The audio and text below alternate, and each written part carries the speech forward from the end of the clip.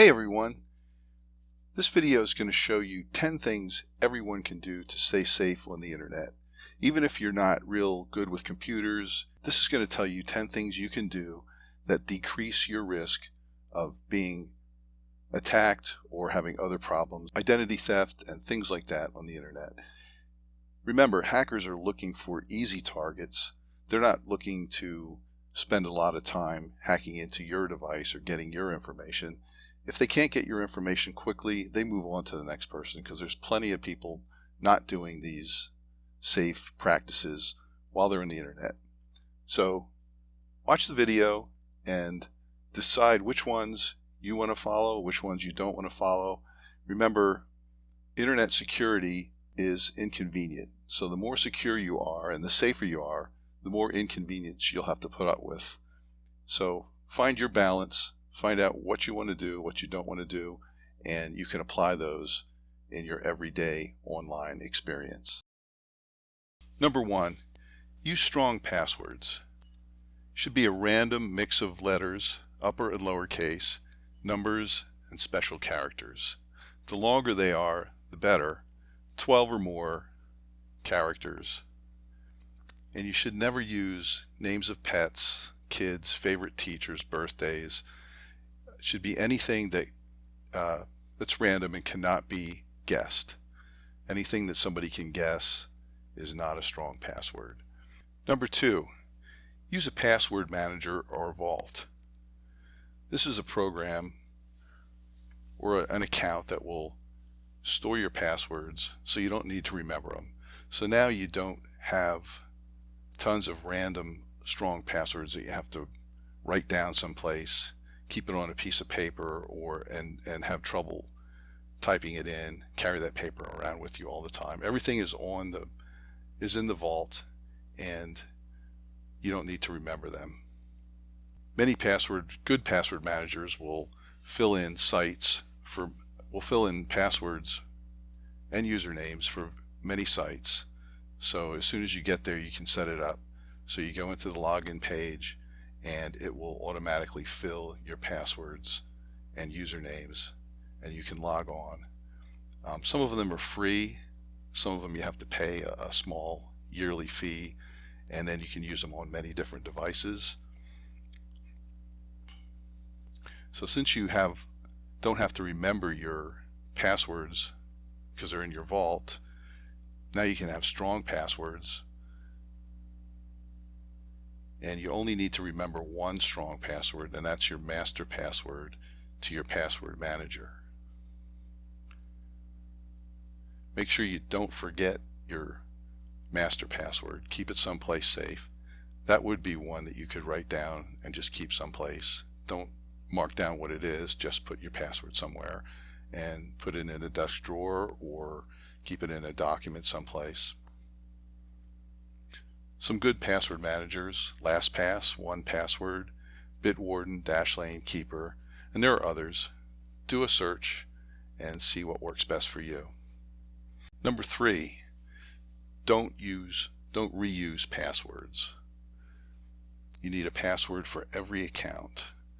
One of the problems with reused passwords is if there's a data breach and a username combination and password is figured out by somebody, the first thing they're going to do now is go and try that username and password combination on a lot of different accounts.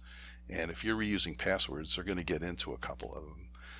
Chances are you don't remember which passwords you've reused that password on, which accounts you've reused that password on, and it's going to be a mess for you to try to correct it. So if you use unique passwords everywhere, then you don't have to worry about that. One of the things that you really don't want to have compromised is your email account.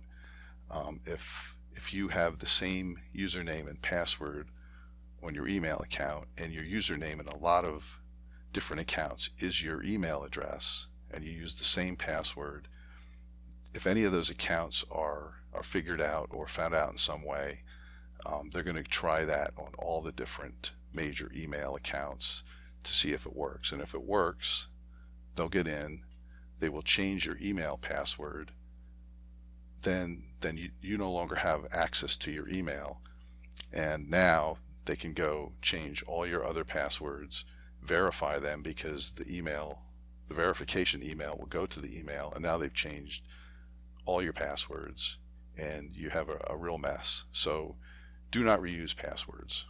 Regular backups of your device helps you against ransomware. So if somebody actually does get into your system and encrypts your hard drive and you can't get at any of your files, if you have a backup, a recent backup, you don't care. You don't necessarily care about it. You might lose 1 or 2 days worth of data, or even a week's worth of data, but you haven't lost everything. So you restore from backup. So do an internet search on backup and restore software and pick the best one for your device or devices, and start getting into the habit of doing regular backups. Keep your devices up to date. Apply updates to your devices, including routers and IoT devices. Turn on automatic updates if available. If you can have automatic updates turned on, then you don't need to worry about it. They're going to continually be updated, and you won't have to go looking for updates. If automatic updates is not available, you'll have to go into your device, see if it tells you if there's a new version available, or you have to go to the website, the manufacturer's website, look for a more recent version of the software and possibly download it and update your device. If you have old devices that are no longer updated, then you should consider replacing those devices. Old Android phones usually are maintained, updates are maintained for 2-3 years maybe.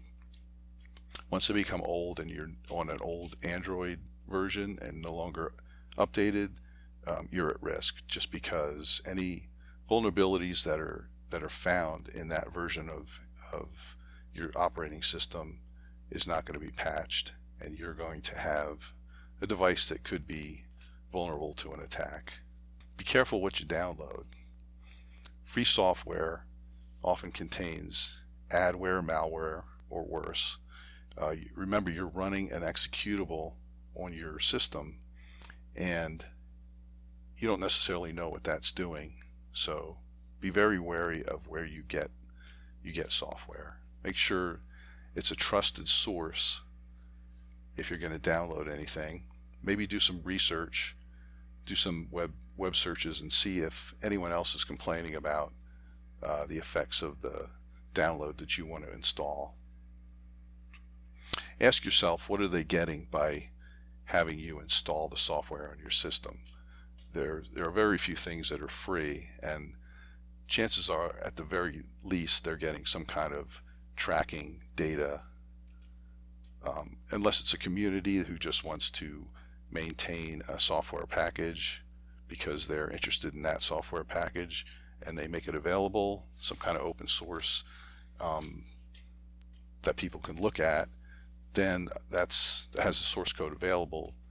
If it's something that's from a company that doesn't give you the source code to look at, then you really don't know what it's going to do. So do a little research and see if others are having trouble with the same download.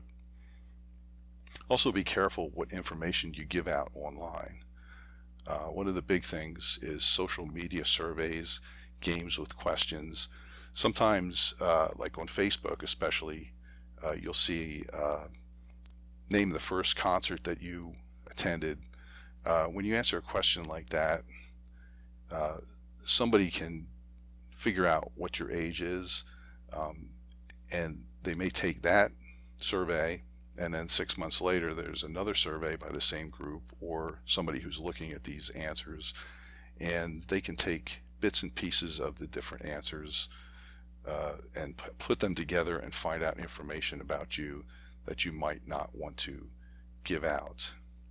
So just remember that if you're answering 10 questions about something, maybe 9 of them are harmless, but one of them can be used in conjunction with some other information that they already have to reveal some information about you that you don't want to give out. So just be careful what you're answering. Try to think about how much information is being given out, and think about if somebody had the answer to one of these questions and combines it with something else, can they maybe figure out something about you that you don't really want to give out. And also check your social media privacy settings. Make sure that you're not giving away more than you want to. Make sure your connection is secure. When you connect to a Wi-Fi access point that doesn't have a password, remember, everyone else can connect to that Wi-Fi access point without a password, so it's insecure. Somebody could, on that system, could be running software to look at traffic and possibly get information about your system or about the things you're doing that you don't want. So cafes, hotels, stores with insecure Wi-Fi access points, don't necessarily connect to them unless you know that you're only going to be on a short time. Don't ever do anything like banking or anything like that on an insecure Wi-Fi connection. If you do want to use insecure Wi-Fi connections, consider using a VPN. That will create an encrypted tunnel so that somebody looking at traffic on the insecure access point will be able to see the traffic, but they won't be able to see what it is because it's all encrypted. So just search online, look for VPN providers, and pick one that works for you if you want to go that route. Also, make sure you secure your home Wi-Fi access points with passwords. Don't ever leave it wide open, because then you're creating an insecure connection to your home network. Any of your neighbors, anybody in your apartment building, or somebody sitting in a van out front can get onto your home network, and you don't want that. Don't click email links, and don't open email attachments. When you have your email set to HTML, which I think a lot of people do, so it looks nice with pictures and graphics and everything, you may not know what you're clicking on. If it says click here to go to your account, the underlying link may not take you to where you think it's going to. So what you're looking at in your email may not be what it appears to be. So if you get something from your bank or from eBay or PayPal saying there's a problem with your account, never click on that link, even if it's legitimate. Go to your browser and just go to your bank like you normally do, or PayPal or eBay, and sign into your account under the normal way you do it, and then look for messages in there to see if there's any problems. Most of the time there isn't going to be a problem. And with email attachments, just make sure that you know the person that it came from. You may even want to contact them and say, did you send me an attachment? Did you send me this attachment? Because phishing attacks, spear phishing attacks, are going to try to make an email look like it came from somebody that you trust, or your boss, or somebody that you might think you want to answer quickly, or you want to look at this email and do something, or the attachment, and do something with it. So just be suspicious of any attachments and try to verify that it actually did come from the person who you think it came from. And consider not using HTML email. If you set it to plain text, then you're going to see it's not going to look as good, but you're not going to have links, you're not going to have downloaded images, any other kind of malicious files embedded in the email. It's just going to be text, and it's much safer to keep you from clicking on something or from following a link that's not going to have the desired effect. Doesn't look as good, but it's safer. So by following these 10 steps, you can greatly increase your security online. I hope this helped you. Pick the ones that work for you. Try to find a balance with security and inconvenience. And if you only do one or two of these things, you increase your safety. So kind of take a whittle away at it, do one or two, and kind of move on to the next ones if you can. And hope these tips helped you. Remember, if you like this video, you can subscribe to Nerd Knows so you get notified when there's new content.